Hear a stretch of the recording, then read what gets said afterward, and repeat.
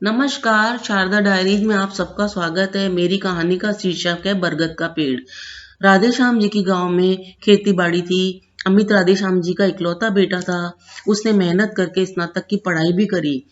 अमित गांव में पढ़ा लिखा होनहार जाना जाता था, परंतु पिछले 1 साल से उसने कई जगहों पर नौकरी के लिए अप्लाई किया, पर कहीं भी उसे जॉब नहीं मिला। हर बार निराशा ही हाथ लगी। वह अपने पिताजी पर और ज्यादा बोझ डालना नहीं चाहता था, क्योंकि खेती में किसी साल अच्छी फसल होती तो किसी साल सूखा, ओलावृष्टि से नुकसान हो जाता। अमित ने बड़े शहर में जाकर जॉब ढूंढने की ठानी।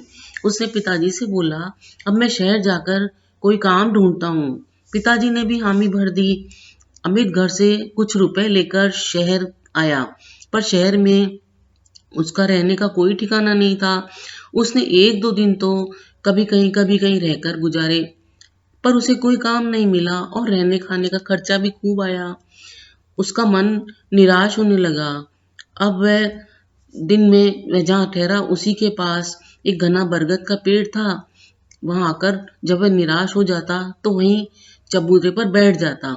उसी चबूतरे के पास बहुत सारी गायें भी बैठी रहती। कई लोग वहां आकर उन्हें गुड़ भी खिलाते।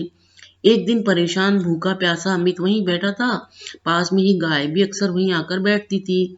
उस गाय को एक व्यक्ति ने काफी सारा गुड़ खाने को डाला, जो उसने नहीं खाया।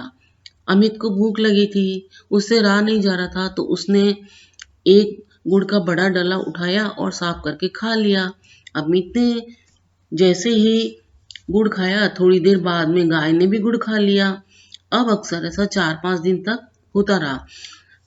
जॉब के लिए अमित जहां भी जाता काम नहीं बनता। 4-5 दिन बाद एक व्यक्ति जो गाय को गुड़ खिलाने आता, उसने अमित से पूछा, तुम रोज यहाँ उदास बैठे किसका इंतजार करते हो? अमित बोला, नौकरी का। मैंने बहुत प्रयास किए, पर कहीं सफलता नहीं मिली। अब सारे पैसे जो मेरे पास थे वो भी खत्म हो गए हैं। यहाँ आता हूँ तो कभी कभी यहाँ गुड़ खाकर रह जाता हूँ। उस व्यक्ति ने उसकी बातें सुनी, ध्यान से देखा और फिर बोला, तुम मुझे पढ़े लिखे मेहनती लगते हो। अमित बोला, मैं स्नातक हूँ, लेकिन ऐसी पढ़ाई लिखाई किस काम की जो मेरा अपना पेट भी ना भर सके। इस पर वह व्यक्ति बोला, मेरा इलेक्ट्रॉनिक्स का एक बड़ा शोरूम है, तुम उसमें अकाउंट्स का काम देख सकते हो। मेरा पुराना मैनेजर अब थोड़ा वृद्ध हो गया है, उससे अब ज्यादा काम नहीं होता। यह सुनकर अमित एकदम उठ खड़ा हुआ और उस व्यक्ति को नमन करके बोला, अगर आप मुझे भरोसा करके ये काम देंगे तो मैं आपको जीवन भर दुआएं दूंगा, पूरा मन लगाकर काम भी करूंगा।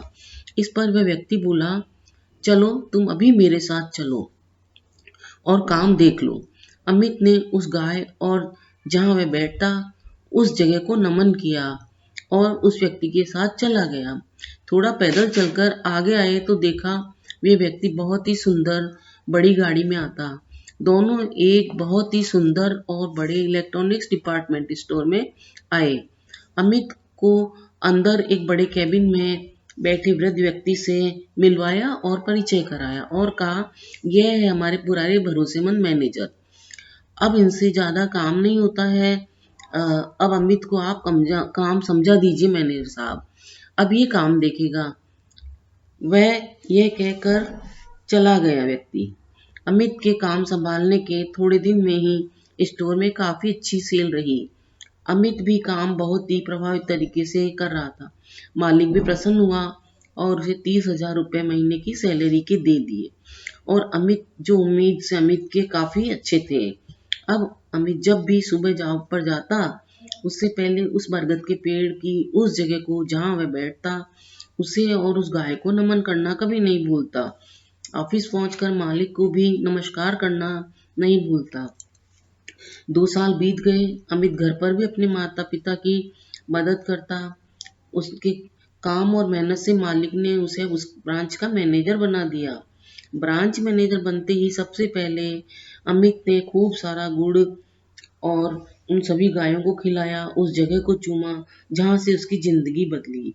भगवान को धन्यवाद कहा। अब यहाँ आना और गायों को गुड़ खिलाना उसका रोज का रूटीन बन गया है। अगर आपको मेरी कहानी अच्छी लगी हो तो कृपया लाइक शेयर सब्सक्राइब करना ना भूलें। वीडियो देखने के लिए धन्यवाद।